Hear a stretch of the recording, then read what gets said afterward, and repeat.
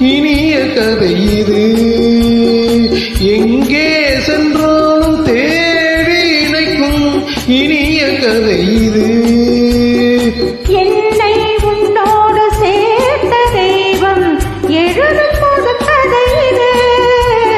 சொந்தம் எப்போதும் தொடர்கதைதான், முடிவே இல்லாதது.